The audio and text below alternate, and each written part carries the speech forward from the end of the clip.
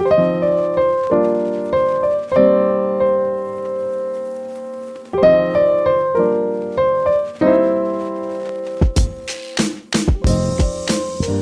back to another episode of Soul Focused Radio. We're your hosts, Martina and Martin. We're missing Cindy today, but excited for her to join us in some future podcasts. Martin, how are you doing? I'm doing well. We're time traveling a little bit. So I'm trying to, how was I doing when we recorded these? But no, I'm actually doing really well. Everything's going well. I'm traveling again, a fair amount, and life is good. That's great to hear. Yeah, I'm really excited for today's conversation. We're inviting back Dr. Stephanie, who'd been on the podcast before with you and Dustin, to have a conversation with us about emotional vulnerability. Yeah, and this first episode, we're going to do it in two parts, and this first episode was one where I just listened, as the engineer, and I really, it's a fascinating conversation to me. Not just, I often talk about, I love that window into medicine that most of us as consumers of medicine, but not practitioners, get, and also, just a little tiny spoiler alert, but Dr. Stephanie really shares vulnerably about what's going on in her life right now. Yes, I really appreciated that, and it seemed like it was almost kind of meant to be that this is something she's been processing a lot, and we invited her to talk with us around this time. So I think without further ado, we should jump right in. What do you think, Martin? I say let's do it.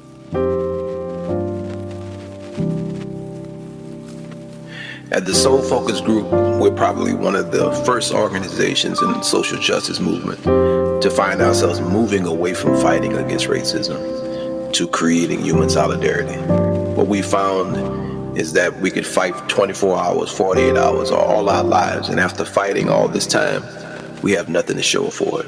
It's because we haven't created anything for ourselves. At the Soul Focus Group, we are one of the few organizations who have moved from fighting against racism to creating an alternative to racism. And we invite you to join us. Let's stop fighting and start creating the outcome we really want to experience.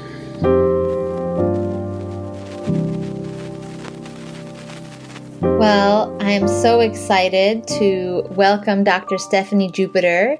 She has been on the podcast before. This will be her fourth episode with us. She's talked with us before about soul-focused parenting, her book, The Power Codes, and Getting Powerful. And today I'm very excited to bring her on to talk with us about emotional vulnerability and how that affects our health. Welcome, Dr. Stephanie.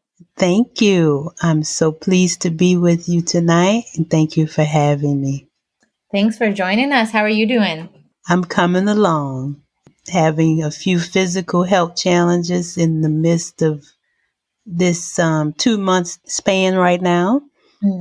But what I can say is that even in the midst of the challenges, I've experienced lots of joy. Beautiful. So looking forward to sharing that journey. I look forward to hearing about it. And it sounds like this has been sort of the right kind of the perfect timing for you in terms of what you were saying with emotional vulnerability and how it's affecting our health. Exactly. In particular, this morning I woke up. Every morning I wake up and I look to hear from my soul and what's my soul's assignment for the day. And today my soul said to release my anger. And if you know me, if you've been around me for a while, you would think I don't have any anger. Yeah, that's true. And that's the dangerous part of sort of my emotional stable point. Like most people think I'm, non-emotional, or that's how they express it, or just even tone or even keel with my emotions. And I always tell them, you can't judge a book by its cover. Just because I have a default, I've been sort of trained and programmed to be cool, calm, and collective. All is well, right? On the outside, but I always tell them, you don't know what's going on in the inside because you can't see that.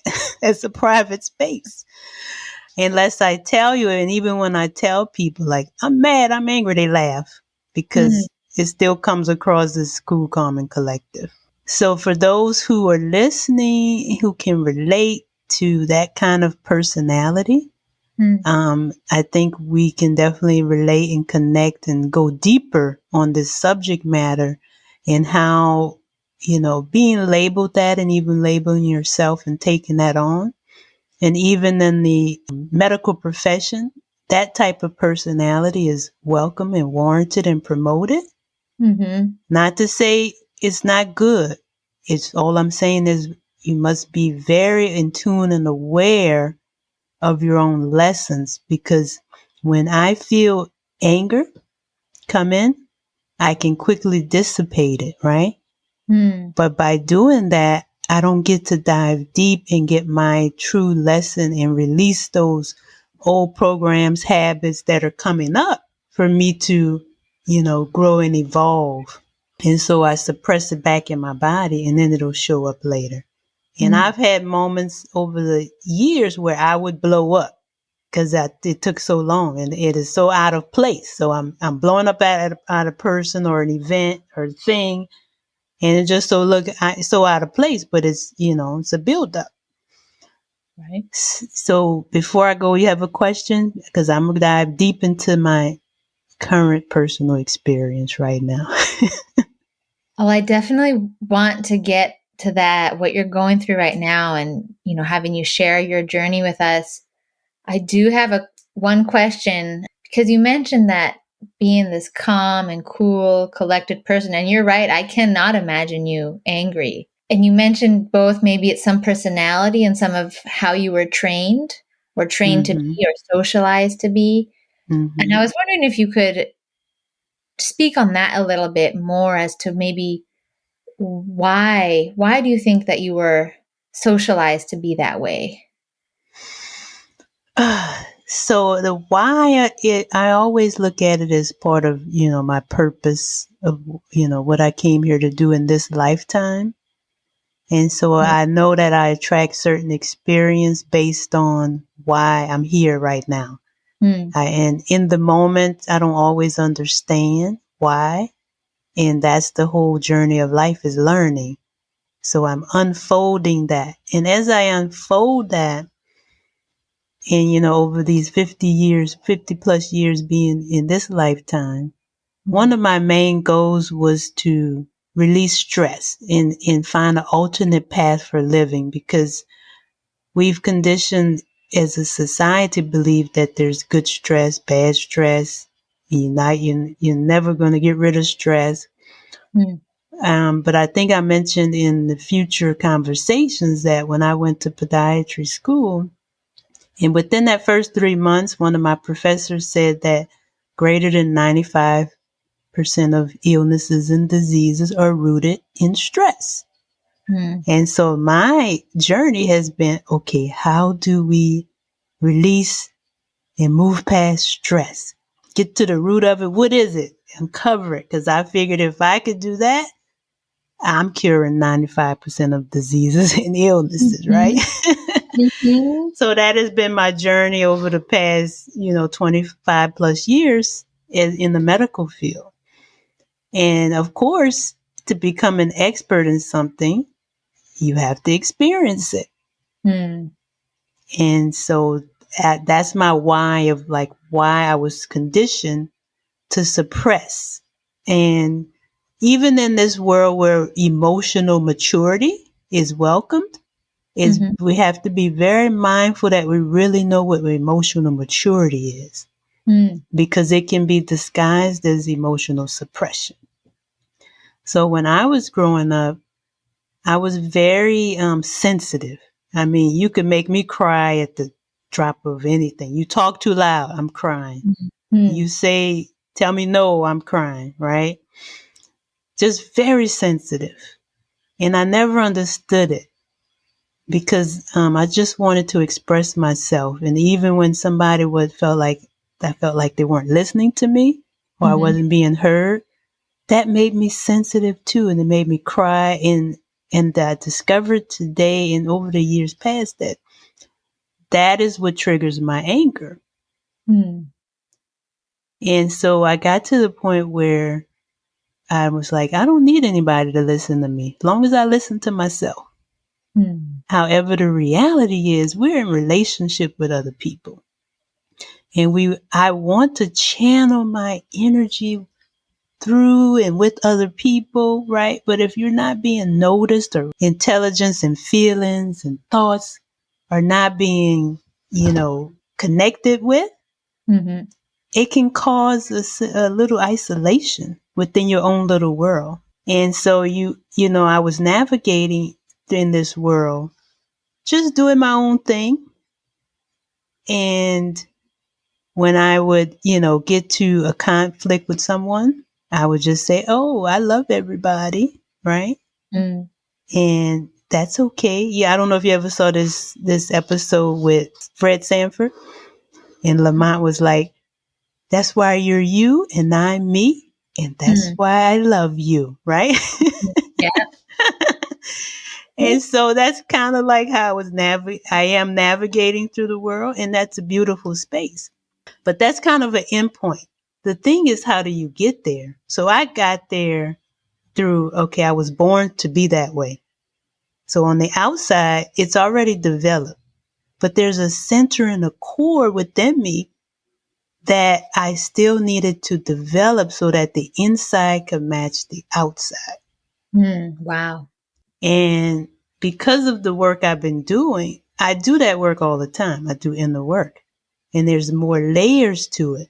So I would ask myself, let's say, for example, I was talking to my mom today, and we lived together. And when she moved in, there was a lot of adjustments we had to make, right? Because I was married and I got a divorce, and then my mom moved in. So there's different roles, right? And so my mom was when she moved in, I kind of felt like she was trying to treat me as her husband. She was looking for that type of connection, right? Mm-hmm. Which was out of place. And so I'm very active. I have, 3 daughters, a full-time practice. I'm working in the community. So when I would get home, it seemed like I had very little time for her. Mm. And she would get so upset, right? And I'm like, well, I'm not your husband, blah, blah. and so she got to the point where everything I was telling her, she would use this word, whatever. Mm. And to me, that would cancel out everything I just told her. That means like, shut down. I don't want to hear nothing you have to say, right? Mm-hmm. And I'd share with her how it made me feel, but she kept doing it. Until one day, she said it too many times, and I blew up. I told her, either you got to go or I got to go out from this house, because we can't operate like this, right? Mm. And I discovered that reminded me about my anger. So every time she would say it, I would like say it now, okay, she's going through things. And then I would just, move past it instead of stopping and unpacking. Why am I attracting this from my mother? I know she don't really mean it. You see how I just canceled it out again? Where I'm Mm. putting it on her. Mm-hmm. I know she don't really mean it. And so if I think she don't really mean it, then I'm not going to go internal and go deep like, well, I got angry. Why? And what is that anger connected to? What am I thinking? What are the thoughts? What are the conditionings? What are the programs? What am I thinking I'm not going to get? Whatever I need to unpack, but to keep going deeper within myself to unpack my why. Because if I truly get that, I don't have any external enemies, right? The goal is to be one with everything. Mm-hmm. Then why would I just stop at what somebody else is doing and not unpack why am I responding a certain way? Just to keep going deeper and deeper. And can you imagine, Martina, in our profession, in the medical field, I know you've had patients come in who work your nerves. Mm-hmm. And Yep. I've had plenty, right? Mm-hmm. However, as the professionals we are, and as a business owner, we're not going to show like, oh, I don't like you. You're working my nerves, right? Right. We got to keep pushing because the goal is to figure out what they came in for as far as physical.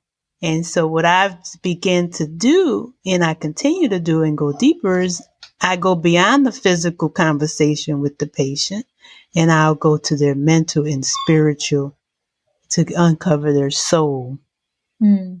and what's going on, and seek to make that soul connection. Now, every patient don't play that dance with me, right? Right. But I do it as far as I can go, because to be honest with you, I'm not doing it for them. It's for me. Oh, that's beautiful. That connection. It's that connection. And as I go deeper, the beauty of how we so interconnected is that it allows them to go deeper and get their healing, because they really heal themselves. I don't heal them. Everyone is responsible, and we only can heal our own selves. Exactly. Mm-hmm. That's so true. And that's something that I think so often patients are coming in looking for something external, right? Mm-hmm. And that's where that frustration can come from is, well, I'm not better. Why didn't you heal me? Exactly. And I hear that all the time, where the doctors, they just want your money. Mm-hmm. And I'm always stopping and like, nope, it's not that. It's a systemic way of treating patients. I mean, if you come in and we only have 10 minutes slotted for your care, there's Right. no way we can get to the depths of what we need to get to in 10 minutes, right? Mm-hmm. And so we're going to definitely put you in the category. Okay, you have this symptom. So we're going to look in this bucket. Yep. And we're going to see if you have this by different tests. I'll give you different medicine to see if you respond, right? Mm-hmm. So, but you do have some doctors who will take more than 10 minutes. But the thing I always ask patients is, it's a business. We got to keep that in mind. We created medicine as a business. The doctors didn't do this. The society did it. We as the people did this. Right. And if we want something different, we as the people got to do something different. Yeah. And so when you go to the doctor, you got to study yourself first. Mm-hmm. Before you go to that doctor, that you with yourself 24/7. This doctor meeting you for the first, second time. How could they know more about you than you know yourself? You've probably heard of spiritual bypassing. The idea that you will focus on everything except social justice to get away from having to face social justice issues. But just like we have people that have spiritual bypass, there are also people who social bypass. In other words, there are people who focus on social justice issues to get away from focusing on the things they need to do for themselves, the things they need to do to return themselves back to self-solidarity. So at the Soul Focus Group, we have come to integrate both spiritual and social consciousness into one. That's why we call ourselves Soul Focus, because when you integrate spiritual consciousness and social consciousness, the relationship you share with others, when you bring them together, when you integrate them, you create a consciousness we call Soul Focus. And we invite you to come join us at the Soul Focus Group and discover the power of integrated consciousness. So when you go to the doctor, and I'm talking about myself because I've been to many doctors within this last 2 months. I'm one that hardly ever go to the doctor, but I've seen probably 10 doctors in the last 2 months. Oof. Wow. And so just to give the listeners a little preview, in August of 15th is a marker day for me. We had just came back a week or two from family vacation, living the life in Florida, Universal Disney World, right? Just to give you a little picture. And you do a lot of walking there. I had the time of my life with my family, and we're getting ready to prepare for school to start, and all the exciting things. And then on August 15th, I could not move. I was in so much pain. My head was like somebody squeezed it. I was vertigo. I couldn't lay down. I was shortness of breath. One of my left eye was very blurry. I almost couldn't see. My left side was weak, and sometimes I could lift my arm and my leg. Sometimes I couldn't. Right. So, to go from super healthy to this, that was stress alone. That was a panic mode. And in the middle of it, I was going through menopause. So I was having hot flashes, and then other little, I'm sensitive to a whole lot of food, and I was eating a lot of those foods. So I didn't know what was going on. My body was stressed out. And just prior to that, when I got back from the Universal Studios, Medicare sent me an audit. Oh, no. I think that was the icing on the cake. I was mad. I didn't even know I was mad.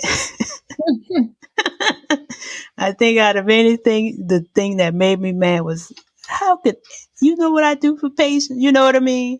Right. How could you audit me? Right. Mm-hmm. And when you see Medicare, you think, oh Lord, they're going to take my money. Yeah. Everything I've worked for is gone because I don't know what they're looking for.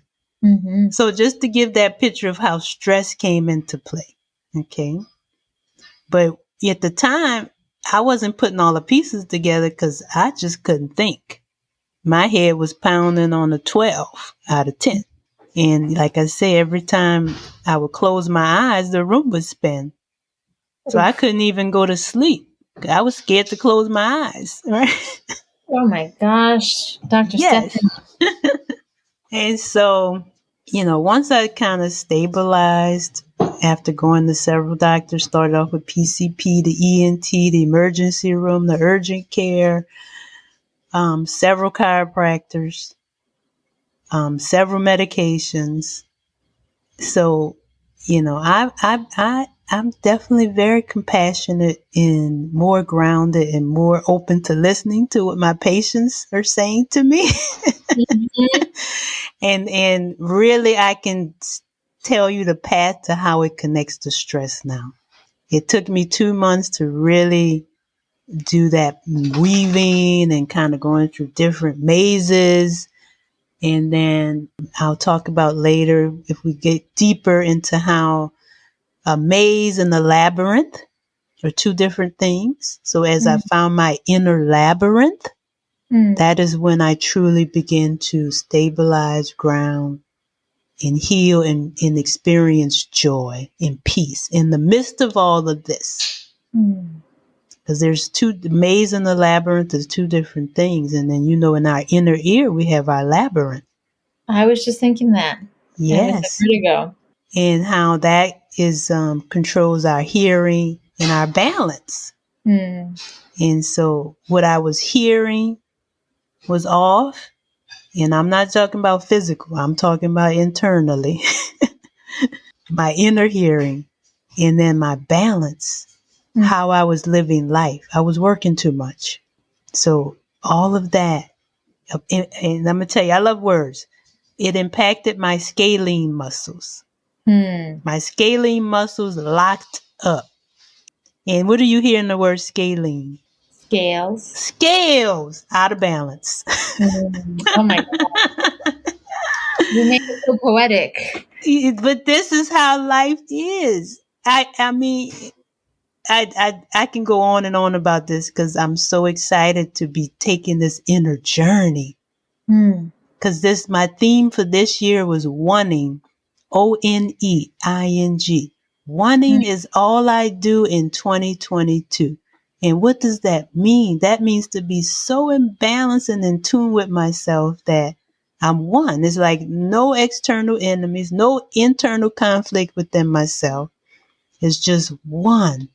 When we talk about that inner voice, is no separation, no doubt, just pureness. So when I set my theme out, which I set every year a different theme, I didn't know it was going to come like this. Wow.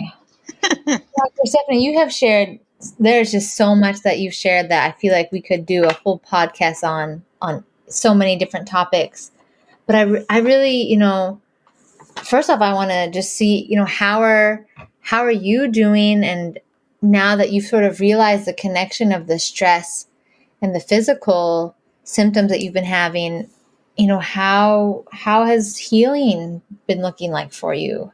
So once I discovered the inner labyrinth journey, and just to give a quick little difference between the maze and the labyrinth, because in the maze, which we can call the matrix, there's so many paths, twists, and turns. The difference between the maze and the labyrinth is that in the maze, you can travel a path, but you're not going to necessarily always get to your center, your core. You can find a route where you're still lost. You're like, who am I? Right? Mm-hmm. With the labyrinth, no matter what path you take inside that labyrinth, once you're in it, as long as you keep going, you're going to hit your center, your core. It takes you to that place all the time. So once I found my inner labyrinth and I understood that, once I was, in my inner school that was teaching me about myself, I got inspired to keep going. Because now even though I didn't know what was going on with me, I knew if I kept going, I would discover that core, that center, that oneness that I was looking to achieve this year. And that is where the joy and the peace came from. And so it didn't matter no matter what doctor I went to, I was grateful for what they shared with me. They didn't always make me feel good, but remember, this journey is not about feeling good. I could take a pain pill and feel good.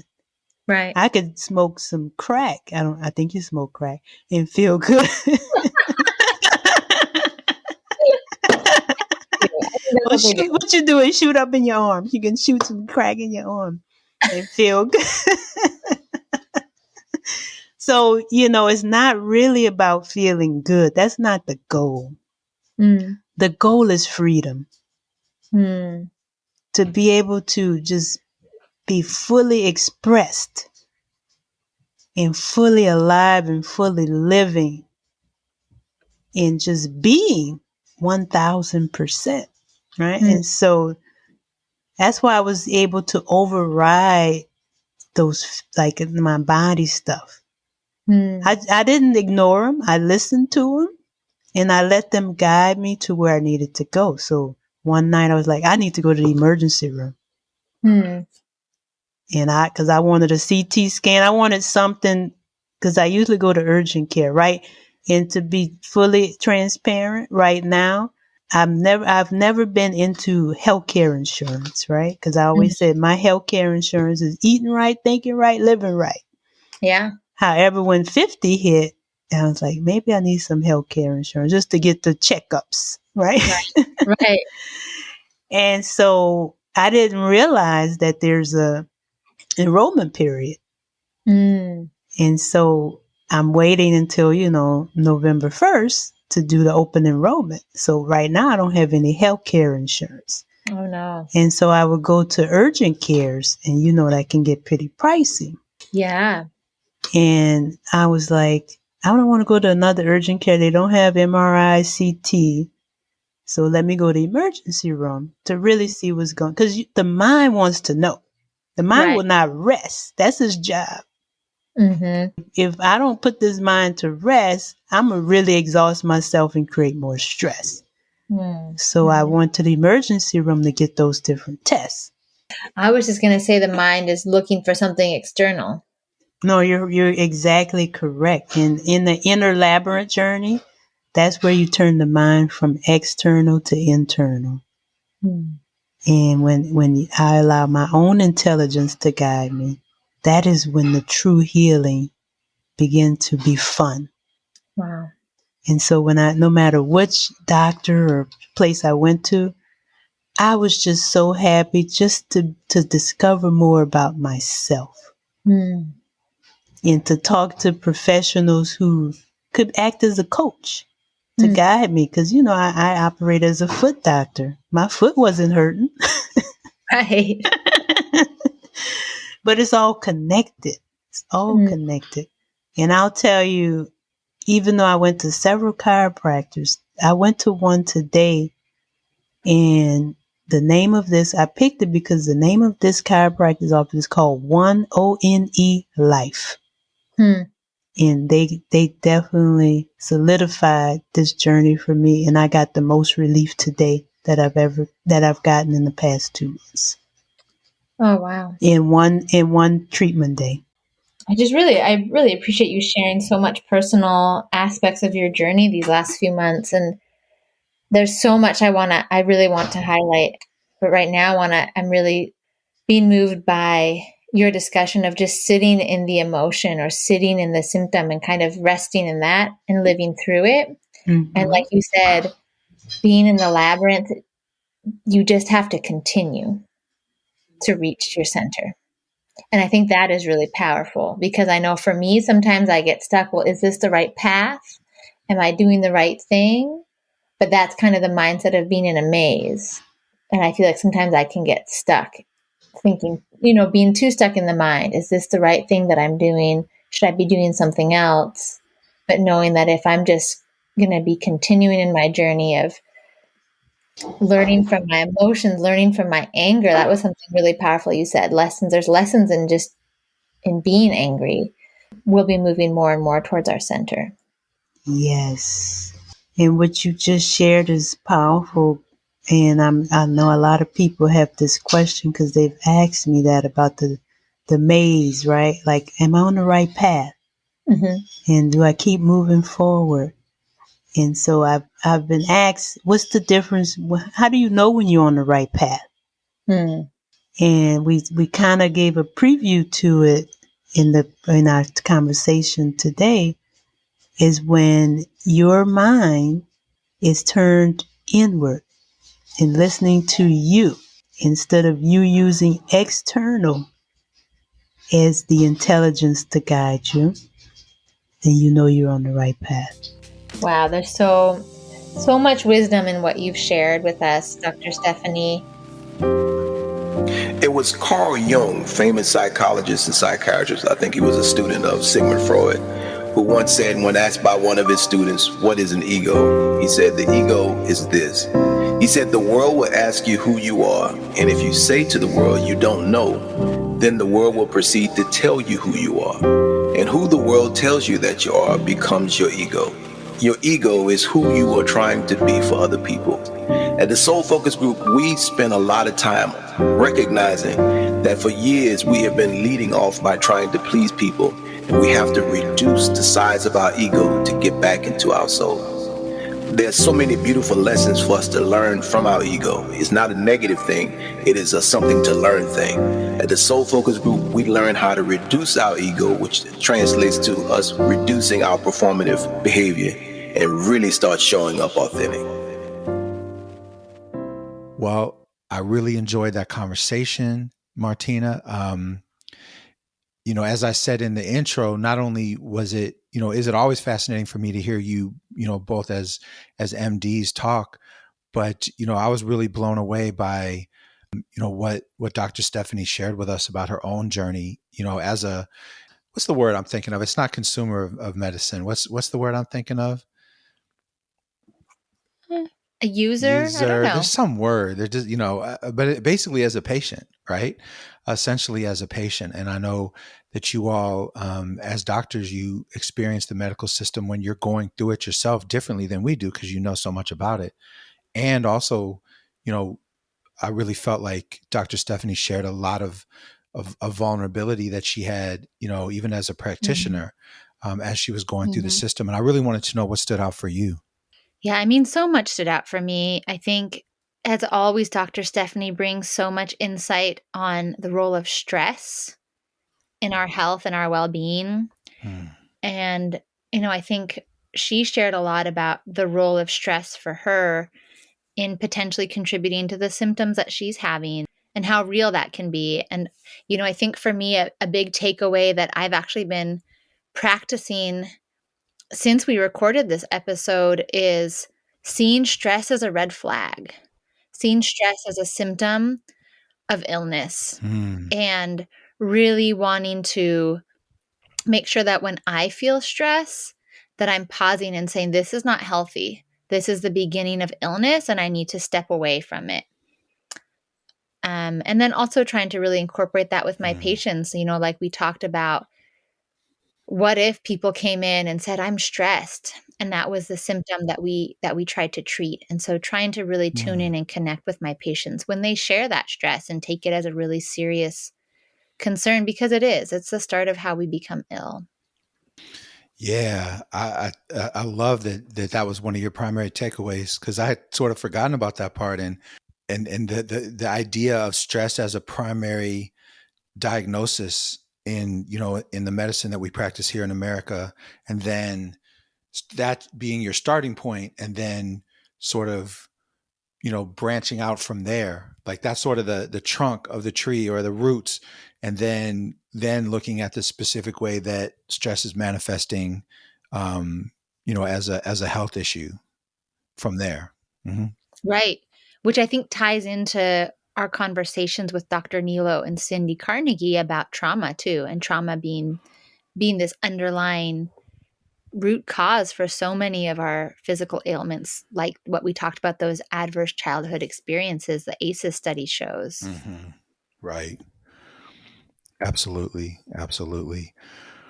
Well, I want to thank you, for setting up this interview with Dr. Stephanie, and for leading the first part of it. And I'm excited, because I get to come in on the next one. Which we always love having your perspective.